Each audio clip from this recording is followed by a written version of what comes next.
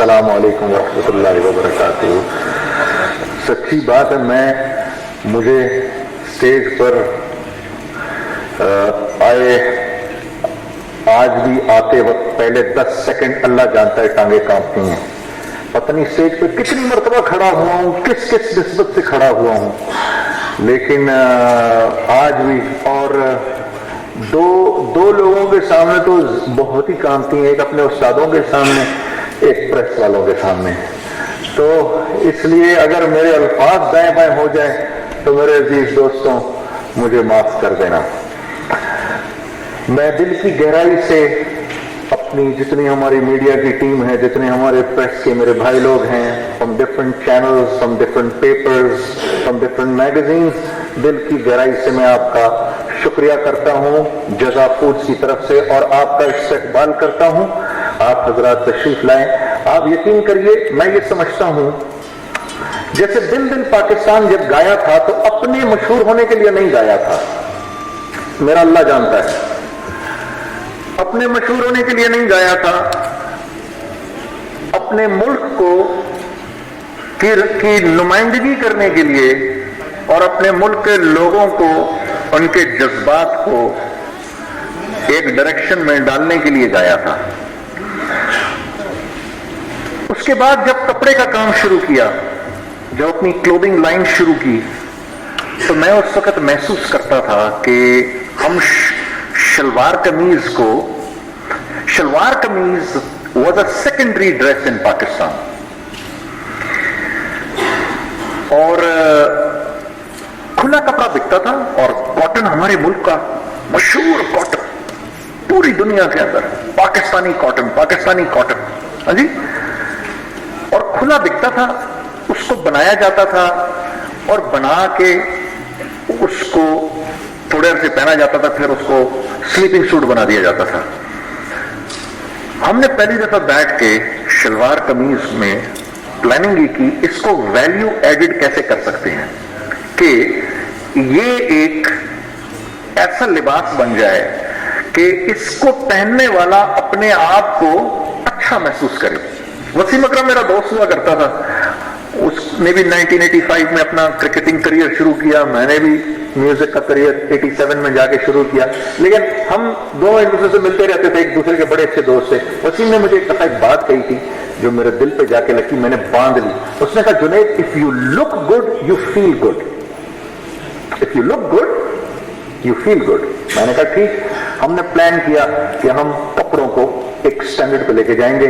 आप लोगों की हमें पजीराई मिली, और आज जे डॉट जो है ये न सिर्फ ये कि पाकिस्तान में बिकता है बल्कि पूरी दुनिया के अंदर बिकता है। और and the best part about it is it's a Pakistani product. उधर रहने वालों को पता भी नहीं है कौन है जुनैद जमशेद, सब ये जानते हैं ये एक पाकिस्तानी प्रोडक्ट है। तो ये कॉन्सेप्ट था जब हमने जज़ा फूड्स लॉन्च किया।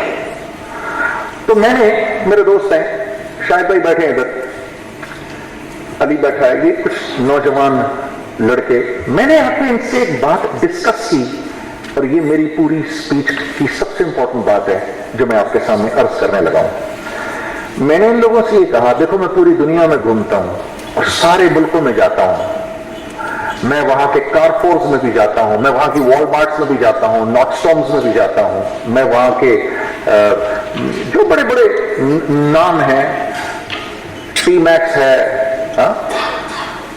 यहां जाता हूं, लेकिन मैं पाकिस्तानी प्रोडक्ट नहीं देखता वहां पर। हालांकि हम तो एक ज़रई मुल्क हैं। मैं देखता क्या हूं ये मैं आपको बताता हूं। मैं देखता ये हूं, पाकिस्तानी चावल दुनिया का कोई और मुल्क, कोई और ब्रांड बेच रहा होता है। पाकिस्तानी आटा, पाकिस्तानी चीनी, यहां तक के पाकिस्तानी फल भी दुनिया का कोई और ब्रांड पाकिस्तान से अपने मुल्क में इंपोर्ट करके बेच रहा होता है। क्यों? क्योंकि मेरे अजीज दोस्तों, आपको एहसास ही नहीं, मीठा फल है तो सिर्फ पाकिस्तान में है, बाकी तो आप किसी और मुल्क में केला खाएं तो ऐसा लगता है आदमी साबुन खा रहा है, मिठास है ही नहीं कहीं। کیا آپ اس بات کو جانتے ہیں کہ بلوچستان کا جو ڈرائی فروٹ ہے ویسا ڈرائی فروٹ ہے ہی نہیں پوری دنیا کے اندر کہیں؟ میں یہ بات وہاں سے باہر جا کے کچھ لوگوں کے ساتھ میں ڈسکس کر رہا تھا اور میں انتہائی فرسٹریشن میں ڈسکس کر رہا تھا، تو مجھے وہ خیال آیا، بلکہ انہی لوگوں نے سجیشن دی کہ کیوں نہ ہم پاکستان کا جو فوڈ انڈسٹری ہے، پوری فوڈ انڈسٹری، اس کو ایک ڈائریکشن دکھائیں۔